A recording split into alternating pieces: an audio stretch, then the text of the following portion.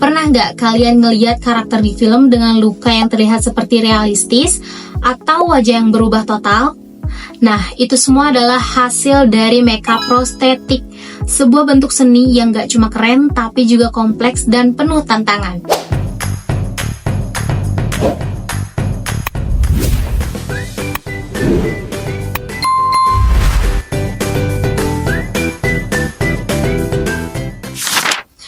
Halo semuanya, saya Ellen Sintiawati dengan NIM 222133009, mahasiswa program seni rupa murni di ISBI Bandung. Dalam presentasi ini saya akan membahas kajian yang berjudul Proses Kreatif Priscilla Matilda, kajian pengaruh karya prostetik di era digital.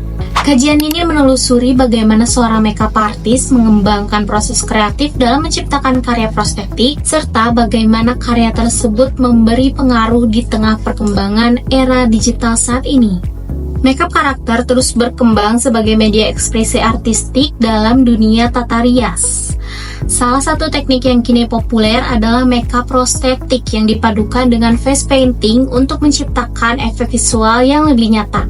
Awalnya prostetik digunakan dalam dunia medis, kini prostetik berkembang dalam seni seperti bentuk luka, mengubah wajah, atau menciptakan karakter fantastik dengan bahan seperti latex dan juga silikon. Dalam seni pertunjukan seperti film dan teater, prostetik sangat penting karena mendukung kemiripan bentuk, menyatu dengan kulit, dan membantu aktor mengekspresikan karakter secara maksimal. Di sisi lain, face painting juga memiliki sejarah panjang sebagai simbol budaya dan identitas seperti pada masyarakat yang ada di Papua. Dengan hadirnya media sosial dan kemajuan teknologi, makeup prostetik ini menjadi bagian dari seni kontemporer yang inklusif dan bisa diakses lebih luas oleh publik. Penelitian ini memakai pendekatan kualitatif dengan studi kreatif untuk memahami lebih dalam proses kreatif seorang seniman dalam penggunaan makeup prostetik di era digital. Fokus penelitian diarahkan pada seorang seniman sekaligus konten kreator yang aktif membagikan karyanya melalui media sosial. Pengumpulan data dilakukan secara daring pada bulan April tahun 2025 melalui observasi terhadap akun media sosial serta wawancara online atau via pesan langsung di Instagram. Dalam wawancara dibahas berbagai aspek mulai dari proses pembuatan, pemilihan bahan seperti silikon, latex, lem prostetik, hingga pewarna, serta tantangan apa sih yang dihadapi dalam berkarya. Sebagai pelengkap, studi literatur juga digunakan untuk memberikan landasan teoritis dan memperkuat analisis terhadap data yang diperoleh. Pada hasil pembahasan yaitu Priscilla Matilda merupakan seorang makeup artist sekaligus konten kreator yang kontennya tuh berfokus pada makeup karakter dengan teknik prostetik. Dalam proses karyanya, ia menggunakan berbagai bahan seperti foam, latex, gelatin, dan juga silikon. Tahapan produksinya cukup rumit, dimulai dari pemodelan atau sculpting, lalu ada refining hingga pewarnaan. Untuk waktu pengerjaannya itu bervariasi antara 3-7 hari tergantung tingkat kerumitannya.